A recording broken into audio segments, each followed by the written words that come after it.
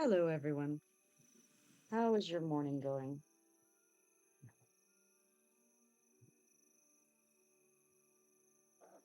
I'm trying to get my Twitch chat up real quick at the moment on this phone here so that I can see what you have to say.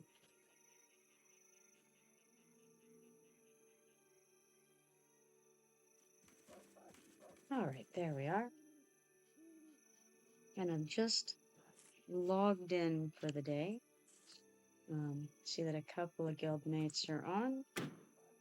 Where they're at.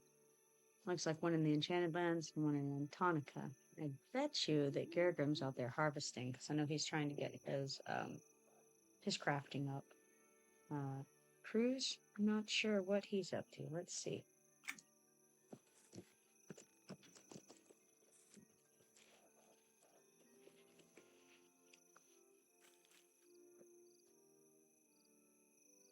And then meanwhile, I'll head over to the guild house to get a little bit of crafting done. Oh, yep. I was right about Garogrim. He says he is in fact gathering. Not terribly surprising. I think we're not like terribly low on supplies at T4, but we're definitely we definitely could use some more supplies. So understand the need to harvest. I was doing a little bit more yesterday. Um, but obviously more is always better. And it's like I think we're low on as usual, it's rocks and roots. Those are always the biggest issue. Well, okay, loam and roots, I think in our case is probably the biggest thing we're low on. But look at it, I see supple loam, we only have 642, and fey iron, we only have 650. Then we actually are doing a little bit better on the roots than I suspected. We have 874 roots in there. That's not too bad. Gargrim says he already got 2 rares, and Cruz is finishing up a quest in Antonica and then hitting Oatmoist Forest to clean up quests there. And he says he would like to go to Wailing Cave with Blackburrow.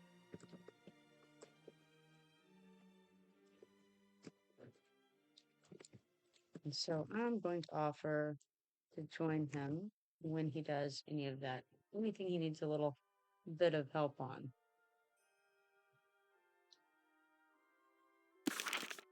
While I wait, though, I'm going to start on this latest writ that I picked up in the crafting instance down there.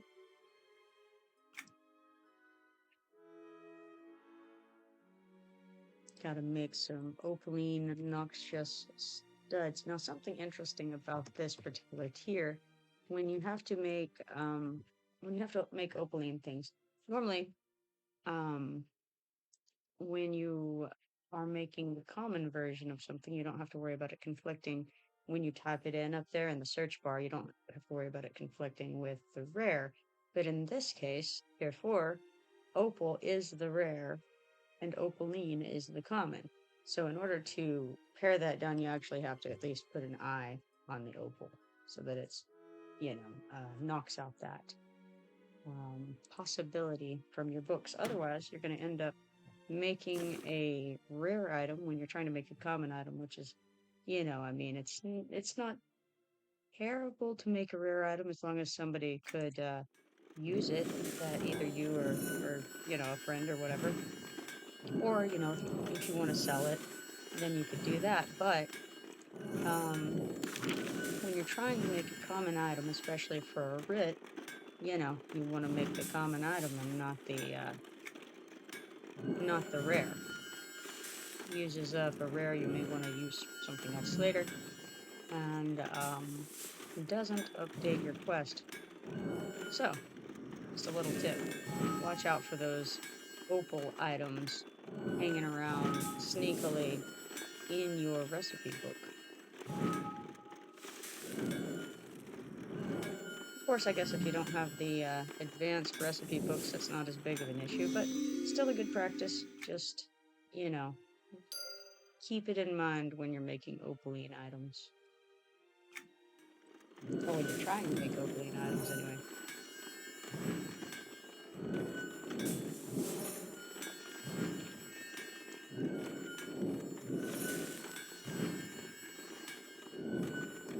Now, earlier this morning, I was on Twitch and I was checking out Promis's channel.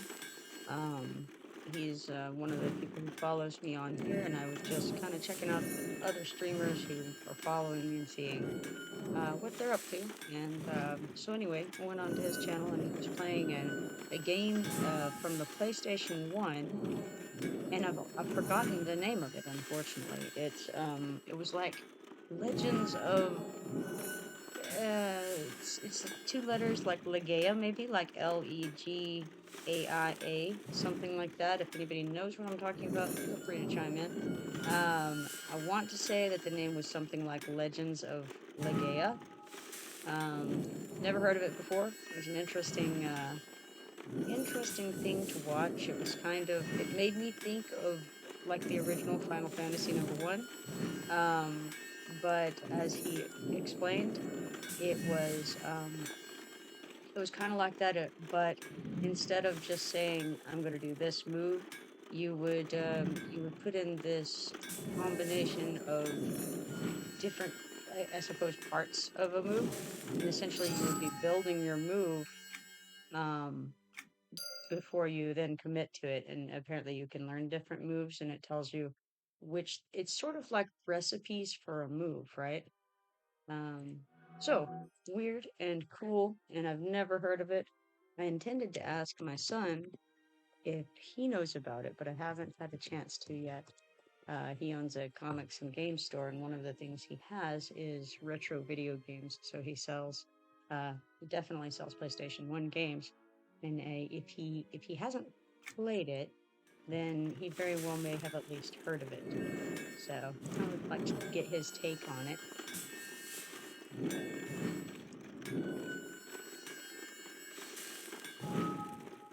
Anyway, it's a neat thing. I don't know. I think there are some pretty cool old games. I've never really been into the fighting games so much, and even like although I did play Final Fantasy 1, I never. I think I didn't love it as much as most people did. I mean, it was okay. And always I enjoy something where I have to try to figure out what the next step is. And there was an element of that where you would be talking to people and you had to kind of figure out what to do next. And when you didn't have the internet to just simply look that up, um, that could be more difficult. Um, it wasn't, ridiculously difficult to figure that out, but even so, it was some small challenge there, and that part was interesting. But as with everything, I'm not really into grinding, and so I didn't really enjoy having to go because there was a certain amount of grinding that you pretty much ended up having to do. If you were moving along with the quest line pretty well, you'd hit a point where you couldn't get any further, or maybe you didn't know what to do next. And so you'd end up inevitably going out and hunting slimes. I wasn't a big fan of that. I didn't do a lot of it. My brother, he spent a lot of time slime hunting, and I think that's just because he wanted to get up higher than he actually needed to be so that he could ensure that he would defeat the next thing he came across. So he was better at that. I'm more of a hey, let's go ahead and just try it and see what happens. The worst we can do is die. It doesn't really matter to me that much. Um, Now, if you want a really interesting game, a really difficult game, like in a similar vein to Final Fantasy, but much more advanced, there's a game called Wizardry 7, and it is a very good game. It came out in the 90s, it was available on Windows 95 for sure. I don't know exactly when it came out. It's obviously the seventh one in the series, but it started. I think it started as a DOS game with Wizardry One, but anyway, it Wizardry 7 specifically is very very good. Very difficult game. It took me quite a long while to finish playing that. I would say it was well, I did it in two different time periods in my life. When I was in high school, my father, my brother, and I played the game, and we kind of worked together figuring things out. And then we did not beat it at that time. Then I would say a few years ago, my father and I came across the CD, the installation CD for it at his house. And we said, oh, wow, this is amazing. I wonder if we can get this to work on a current computer. And so we did get it to run on my computer using DOSBox, which is a DOS emulator. And so DOSBox was able to get it to work. But my father was not able to get it to run on at his house, and we ended up finding that you could get it on Steam very cheaply, and it came with Wizardry 6 and 7, I believe. And I didn't really care about 6, but it was like $5 for both of them. And so we purchased a copy of that, and then we took up the game again from the beginning. It was as difficult as I remembered it being.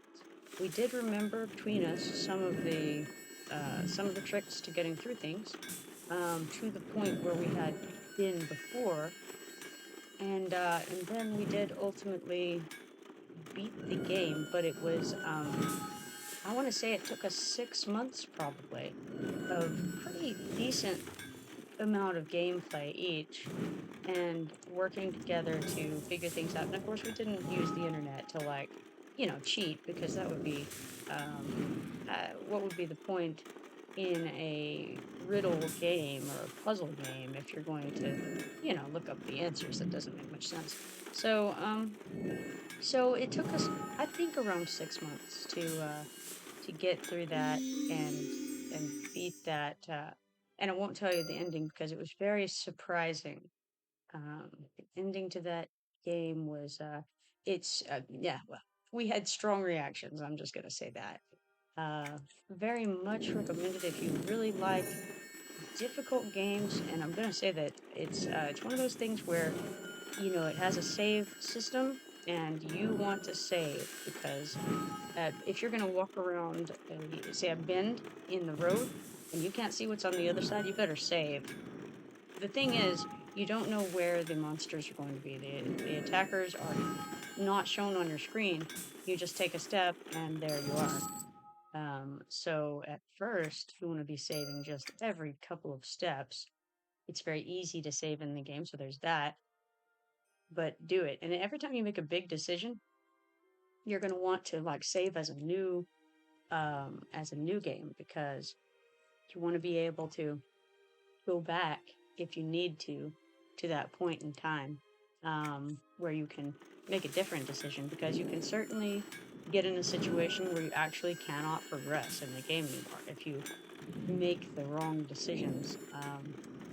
I remember the first time we were playing, my father had made the decision to kill all of the NPCs, basically. I think he had killed every single NPC, because in that game, you can do that. If you attack an NPC, you can kill them and they don't come back. So if, for instance, you kill the armor salesman or one of the armor salesmen, you no longer have access to that armor salesman, which means you can't buy anything from him anymore. This is very, very bad. You can kill anybody in the game if you're big and bad enough to do it. So that's one difference in that game than in any other game I've ever seen, where you can actually get into a position where you have killed every NPC that you've come across, and you're wandering around. And of course, due to that, he was not able to progress anymore. He did not get the information from doing that he was hoping to get. Um, it's a really interesting game. You have to, you have to work your way into some of the favor of some of these people by just various things, diplomacy, everything you do in there. It's not like drop down menus where you choose an option. Instead, you're using the keyboard and you can type whatever you want to these NPCs. So you can literally type anything that you want to the NPCs and they will answer you.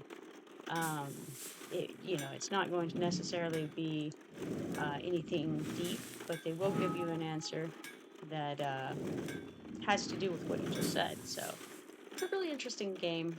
Um, it's definitely not for everyone because uh, it does not take you by the hand and lead you anywhere. It is you're out there and you're just doing whatever you think you should do, and they will give you hints along the way, but you have to interpret those hints correctly. And I recommend very strongly if you play that game to keep notes on everything everyone says, everything that you notice that looks a little different, because you may end up having to come back and do something with, say, for instance, you noticed a knot on a tree that seems to kind of stand out to you in some way.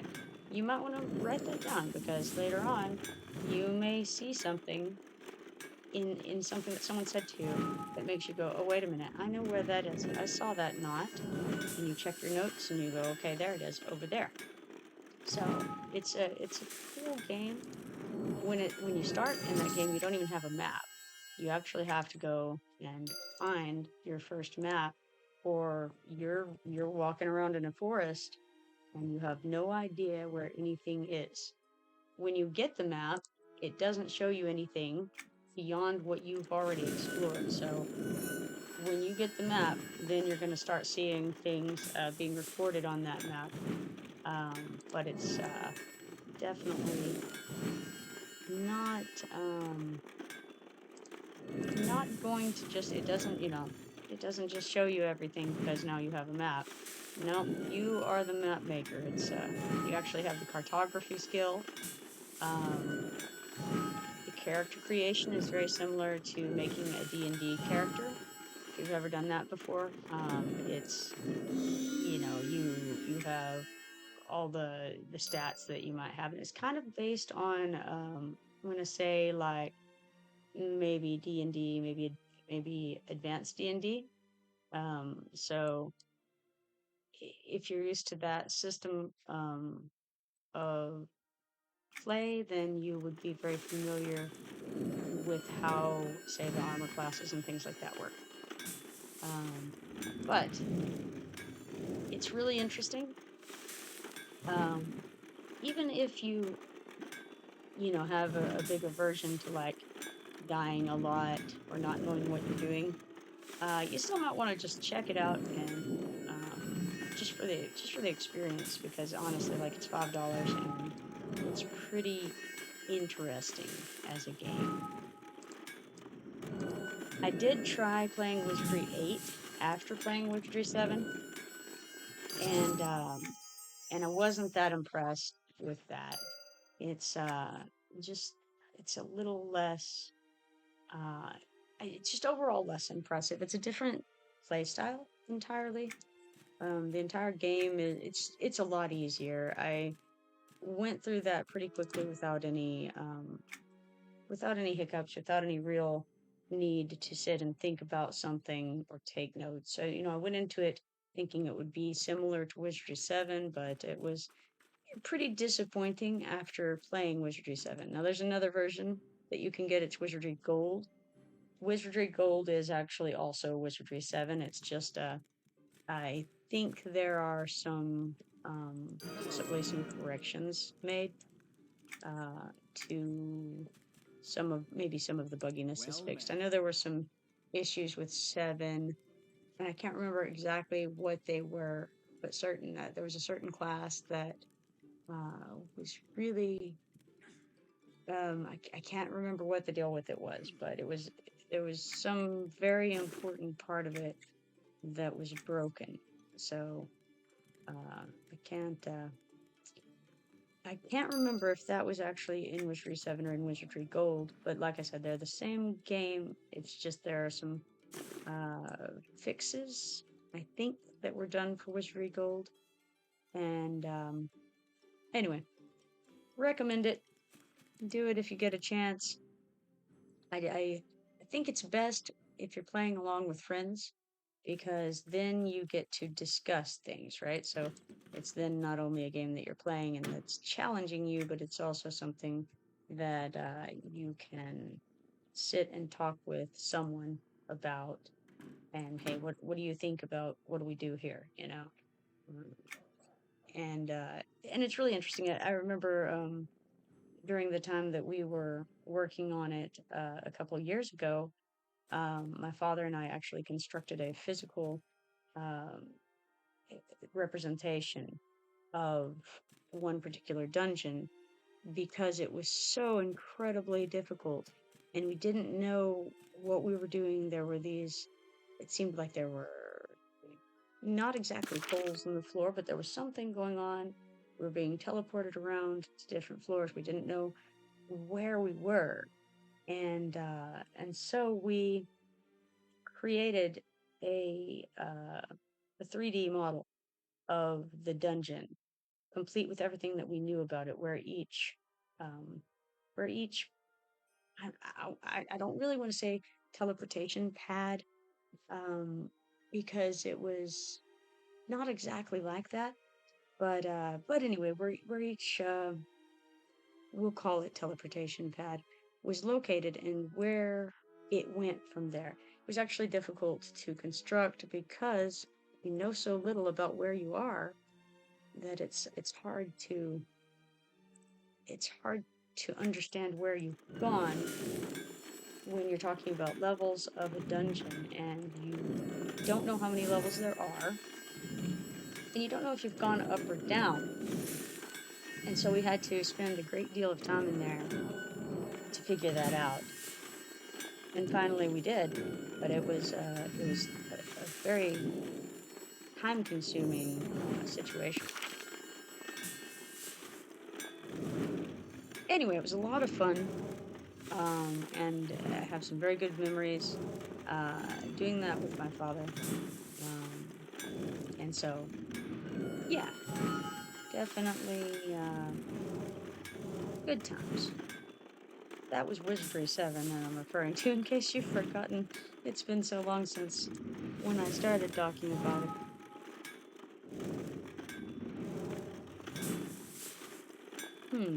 Garagrum is asking how to get to the spirit. Let me see. We're in around 2007 as far as this game is concerned right now. Here it might be the boat. Maybe the boat off of Thundering Steps or Neck Forest. Let's see.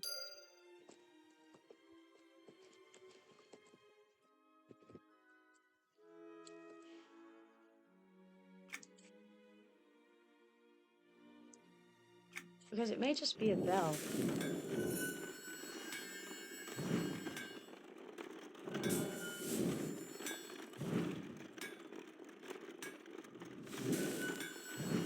I really don't remember. I haven't been out there yet on this character, so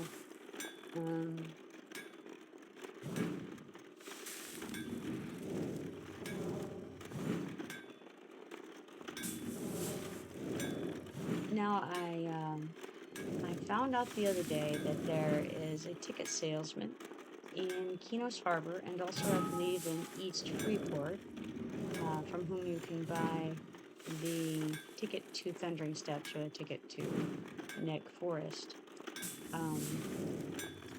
I had thought it would be a very cheap thing. It turns out, I want to say it's like 90 silver, which, while that's not a ridiculous amount to pay, it's still, I would say it's a significant amount. And to me, not worth it at all. It doesn't take that long for me to run to Thundering Steps or Neck Forest. And, you know, with Griffin access, it's very quick to get to the docks from the zone in. I could see if you were maybe very, very low level and you didn't want to risk it, but honestly, I don't know. I don't see any real advantage of paying that. Yes, it's a little bit shorter of a run, and if you had a group waiting on you and you were trying to get over there and help, and it was time sensitive in some way, then I could see paying it. Otherwise, though, honestly, you run across Antonica, you zone into Thundering Steps, and you fly over to the docks. And you're not even running across Antonica, to be honest. You're taking the Griffin, so it just doesn't take that long. And then, along the way, you have this lovely opportunity to find some shinies. So, you know, why would you ever want to miss that, right? So, I don't really, if it was like 5 silver or 10 silver to take it, then I think that would make more sense to me than like 90 silver. I think, you know, maybe possibly I'm a cheapskate. There's a potential there. But, regardless, for me, it would only be worth it if for some reason it was a time sensitive issue and I just could not spend those extra few minutes making the run. If it went straight to where you wanted to go, that would be a little better, but you're just talking about the difference between one zone and if it's like, say you could go to Neck Forest, or not Neck Forest, but say you could go straight to Enchanted Lands instead of having to go to Neck Forest and then go to Enchanted Lands. You'd be saving one more zone in. It still doesn't feel like that would be worthwhile to me. I guess if you really, really hate making the run, I don't know. Maybe I just travel it too often for it to be, for it to seem like it would be worthwhile to me.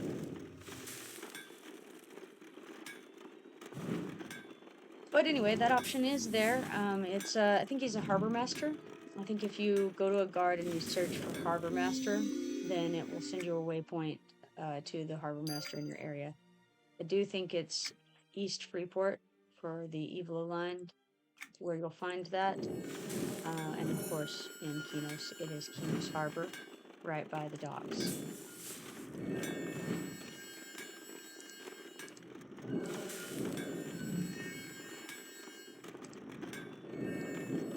I did go ahead and reset my call to home to come over to the guild house area.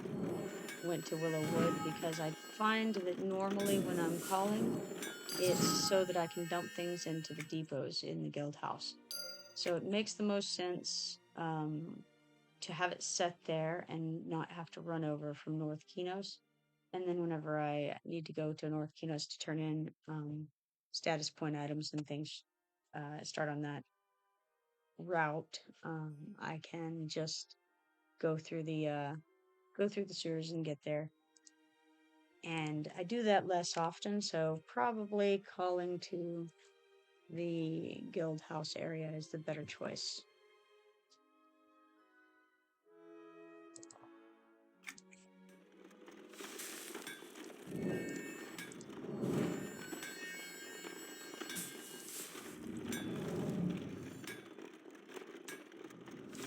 That being said, having not been to Fear It yet on this character, I can't say for sure if it's one of the Mariner's Bells on the docks on Thundering Steps or Freeport or Neck Forest, or if it's one of the boats.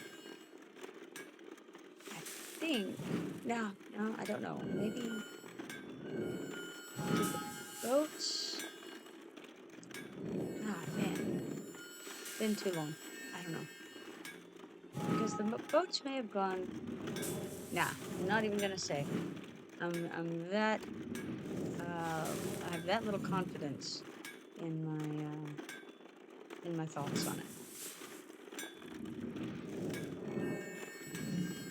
But I may run and check after I finish this writ. If I don't hear back, it looks like Gargum is in Rivervale right now. That's a perfectly fine spot to gather.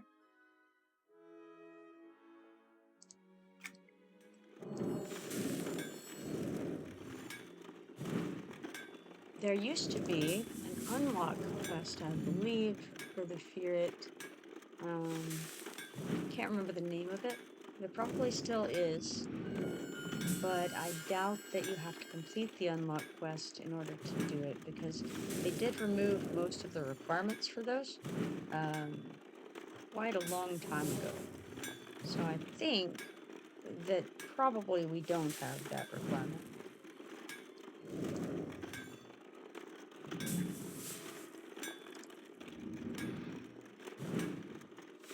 I just got an email also about being, it's from Twitch, so I thought I might want to look at it real quick. Apparently, I've been invited to be a Twitch affiliate. That's pretty cool. I will have a look at that while I craft this,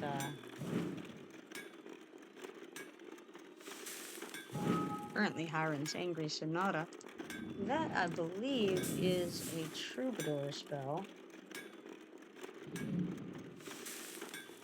But I can't remember anything else about it. It's been so long since I played on my troubadour that it's just not at the top of my mind. And also, when I made my troubadour, it was on live, and it was many years after the time period that this is set in.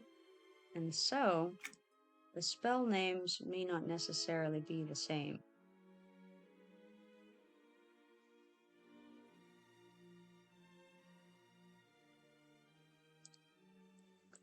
Alright, so now we have Miracle Shot. Now, see, Miracle Shot is one I'm very familiar with. That, I believe, is a ranger spell. And it's pretty cool. Let's see if I can look at it real quick. Inflicts 266 to 444 ranged damage on target. And it's, of course, it's a ranged spell. It's actually a combat art. I say spell for everything, but it's a combat art. And the important thing about this specific spell, if you read at the top, it tells you a ranged arrow attack that does not require line of sight. That's important. So you can target something and shoot around a corner or something. Miracle Shot is good. If you're playing a ranger, be sure to upgrade that one.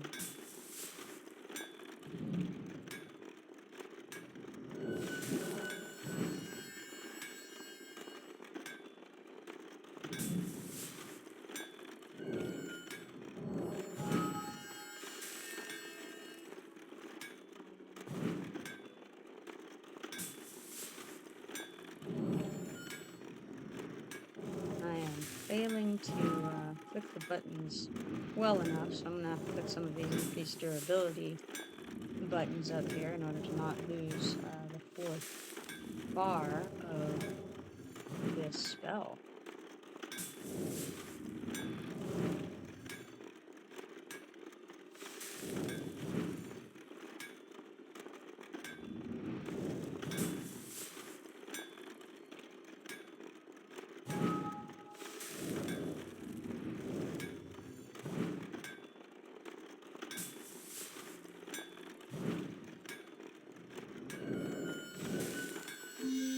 Alright, made it through that, and at no small speed either, so I guess I can't complain too heavily.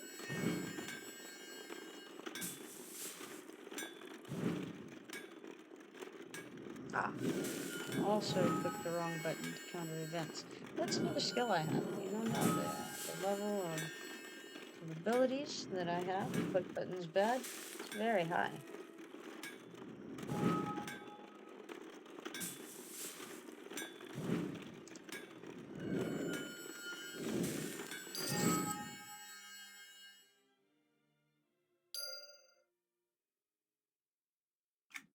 Alright, and then that finished that segment. On to Bum Rush.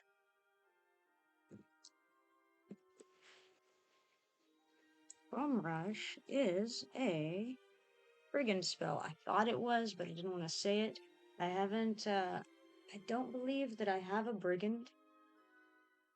And I may be wrong on that. I wrote down the list of things. Let me see. I happen to have that list handy, I think. Maybe. And so, yes, brigand, in fact, is one of the classes that I have never, that I've never played before. So it's not one I'm super familiar with, but the name Bum Rush made me think brigand because you're bum rushing somebody, right? Makes sense that that would be a brigand spell.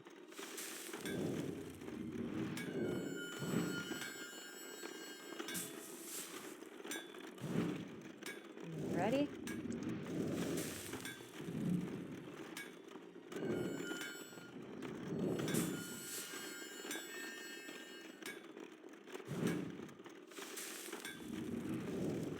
Apparently I haven't made this one yet, and so I'll get first time bonus for making pristine, assuming that I make pristine, which certainly hope to. So that's a good thing.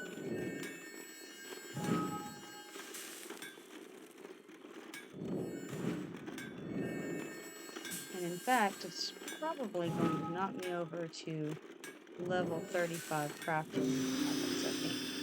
And in fact, yes, it did.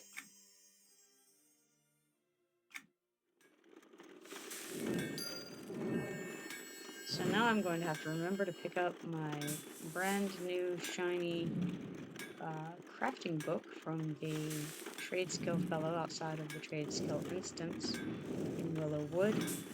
But also, I need to remember to check the depot before I leave to see if there's an advanced jeweler volume 35 hanging out in there. If there is, I'll pick that up. If there's not, then I'll go check the broker and see if maybe somebody is selling one for a somewhat reasonable price on there.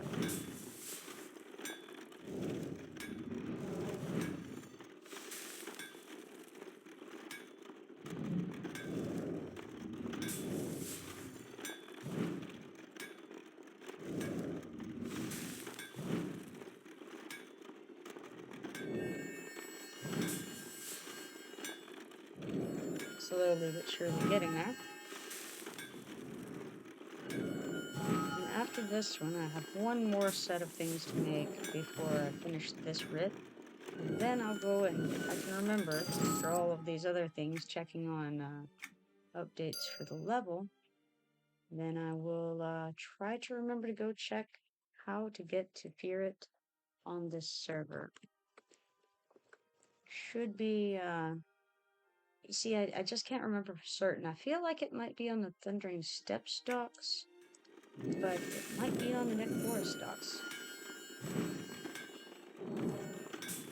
If Gorkala and Mist were on, then I could ask and get the answer. Also, if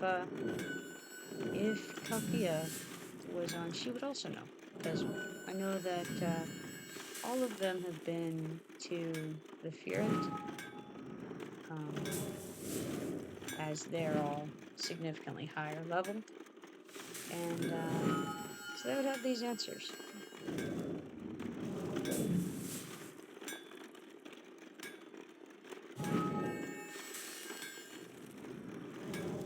Actually, Cruise Knight must be AFK, because Cruise Knight would also know.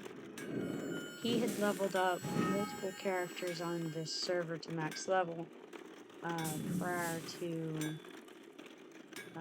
deleting all of his characters briefly from this server. So he was up there and he was doing the things, and then he decided to do something else on live, and that he wouldn't be coming back to this server, but then he changed his mind on that, and here he is making brand new characters and getting his way back up there again.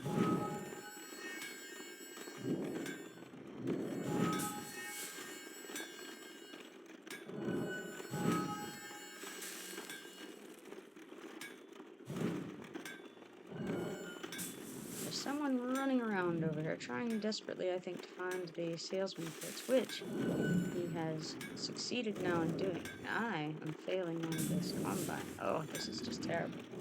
I got distracted, and now look at it. Look at it. It's okay. I'm getting there. I'm getting back to where I want to be with this.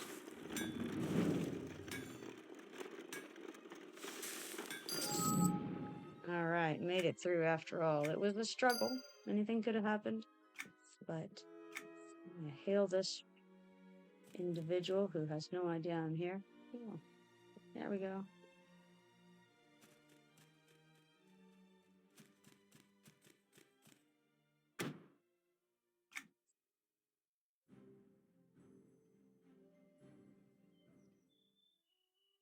And now, off to try to discover the mysterious disappearing ferret entrance. On the case. Oh, but wait, we did everything wrong. What on earth? Ah, my brain. So, it's like Swiss cheese, things just, they go in and they come right out again, It's not like sponges that hold it in. This is definitely more like Swiss cheese.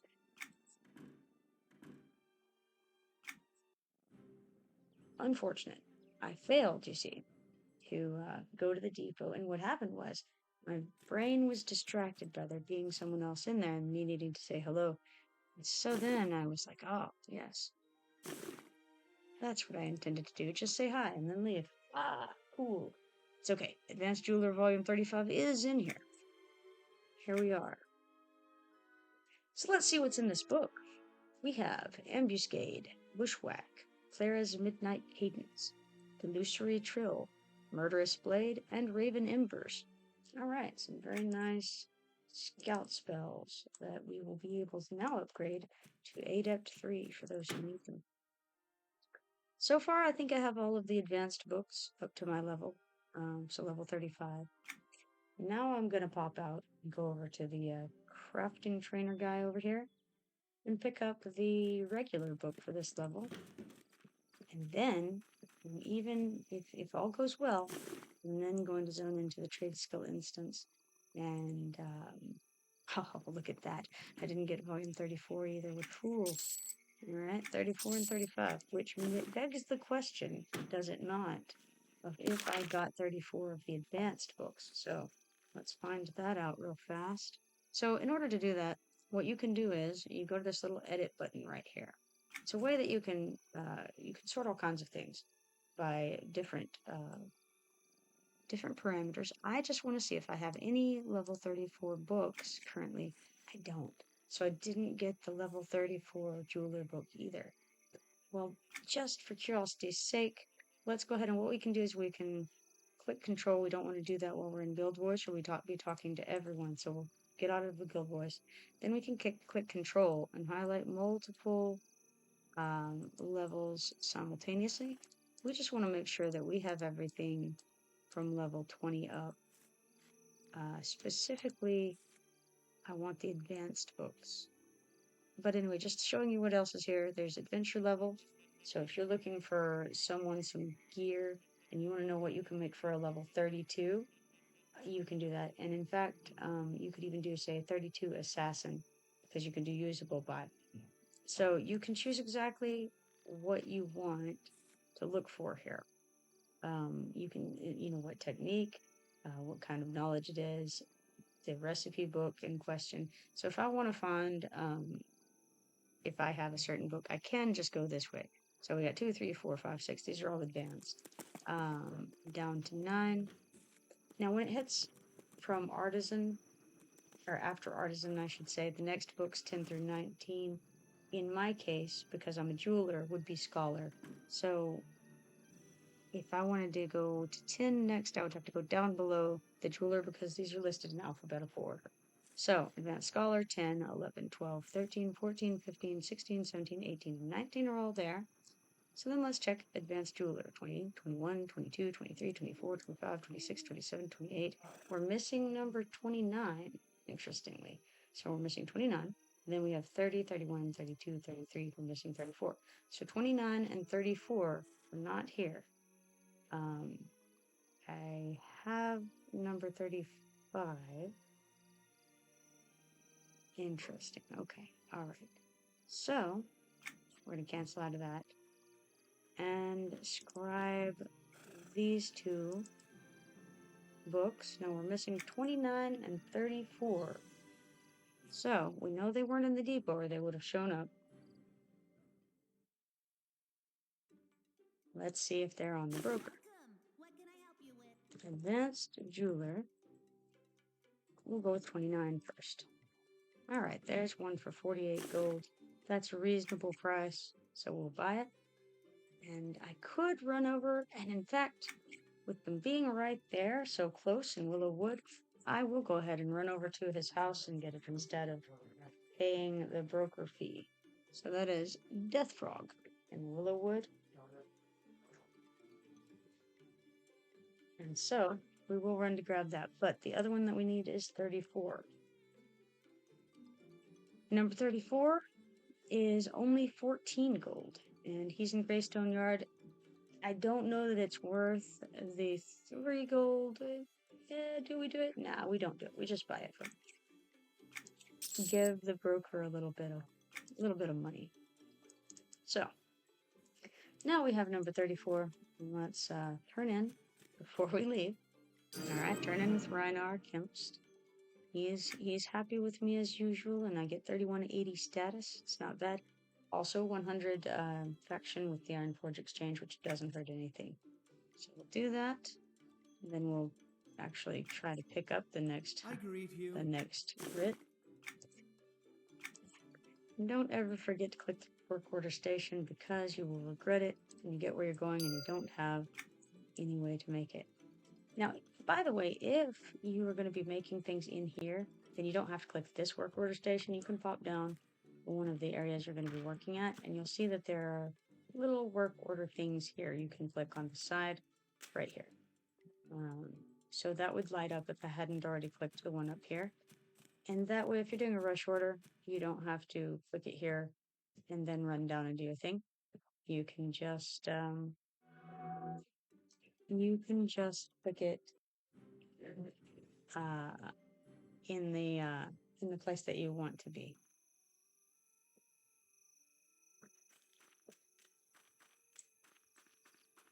All right, so I'm gonna uncheck this.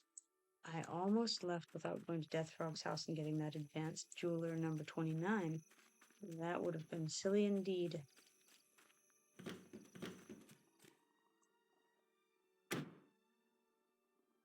All right, so Death Frog is this person's name.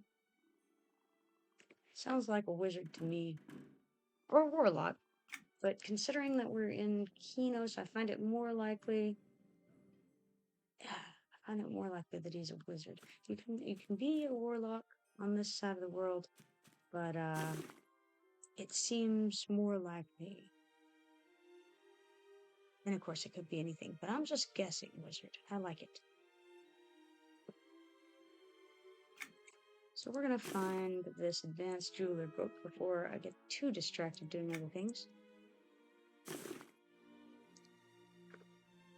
All right, there it is. Buy that one and scribe it. All right, and leave.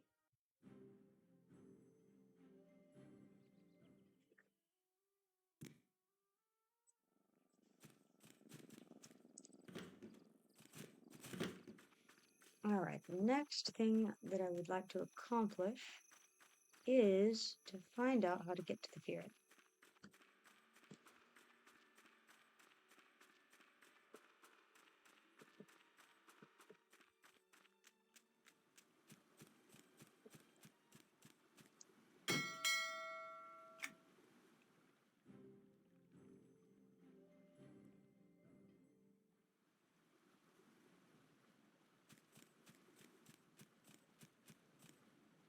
Ah, there's kindling again. We saw them on these ducks just the other day.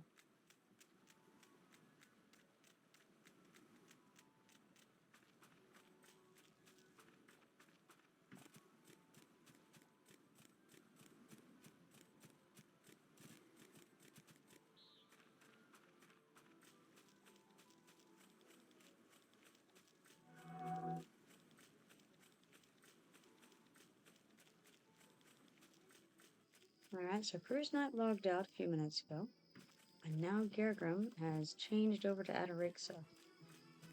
Not sure where Cruz went. I might have missed a message. Oh goodness. Apparently I missed a message where he had said, "Do you want to meet me in caves for a few quests, then Black Bro?" Unfortunate.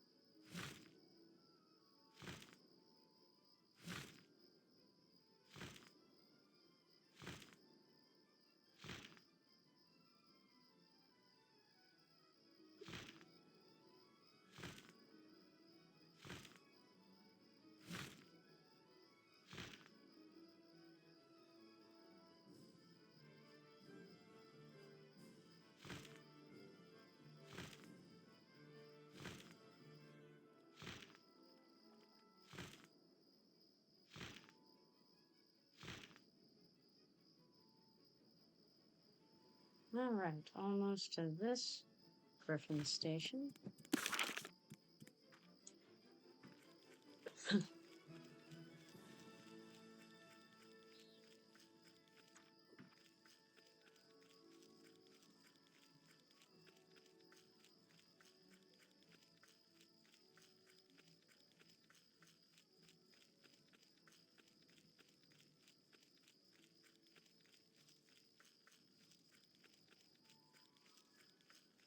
Now, you notice here in my chat it says the sound of wooden cartwheels can be heard on the road below. Now, that is part of the Zeg access quest given to you by the captain who wanders near the docks of Thundering Steps.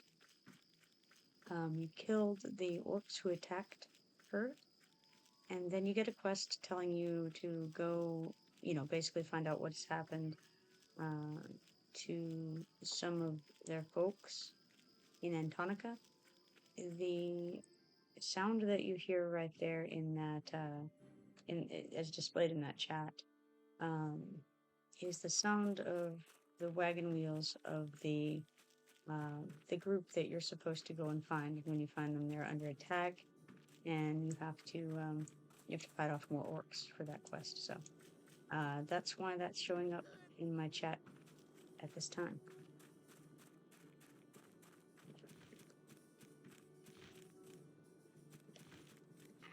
When you hear that sound, you can go back down the path, and you'll run into them being waylaid there.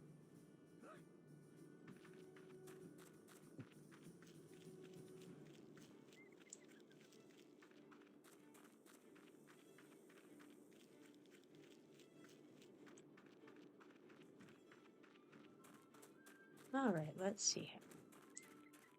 We'll be coming around to the docks very soon.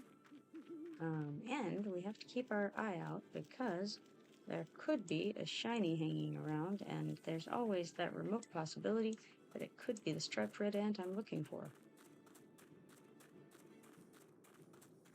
I have to stay ever vigilant for this quest.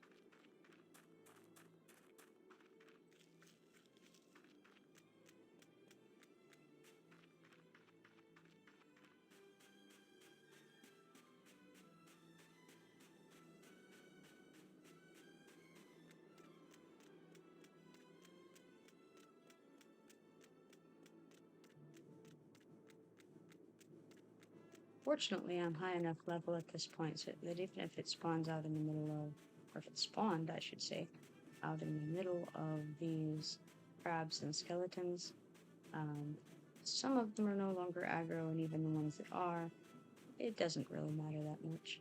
We can get beaten on a bit.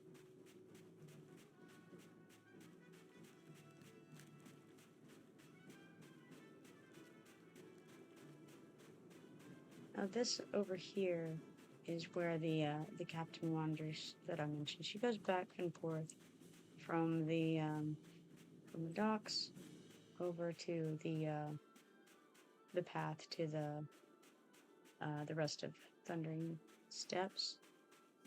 So she's the one who gives you that access quest. What I didn't see over here, unfortunately, was a shiny. Still could be a little bit this direction along the beach or under the docks.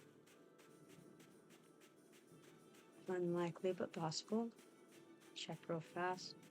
Don't see it anywhere over there, so likely as not, someone's already picked it up.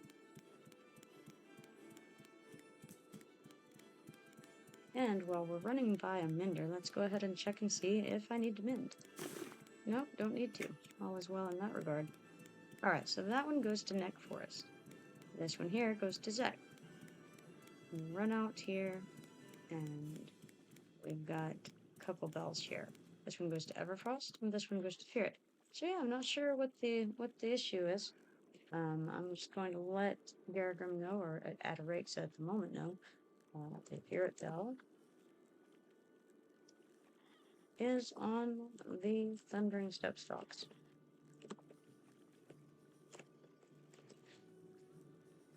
Near the end.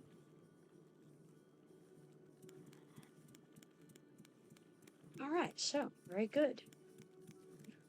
Always nice to know what we're looking at here.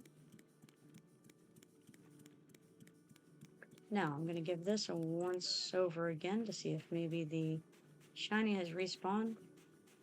And then I'm going to have to take a small break. Shouldn't take me too long before I'm back. But a short one anyway.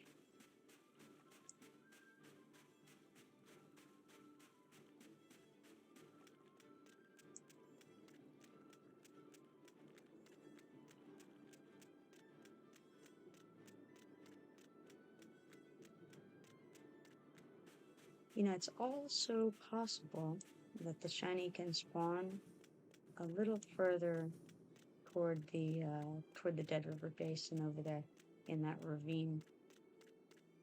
Normally doesn't, but sometimes. So we'll go just slightly that way and see if we can find that.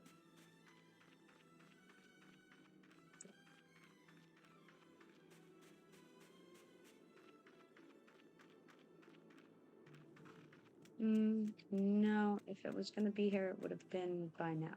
So I'm going to be entering into the territory of a different shiny if we go a little bit further that way. So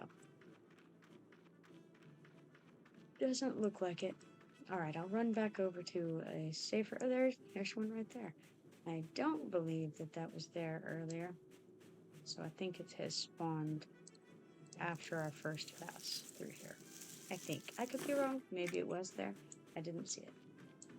Alright, I'm going to come over here, and then I'm going to log out for a little bit, and I will be back later. As always, it was a pleasure streaming with you guys, and I hope that I'll see you again here in less than an hour, I think. So, in the meanwhile, have fun, and goodbye for now.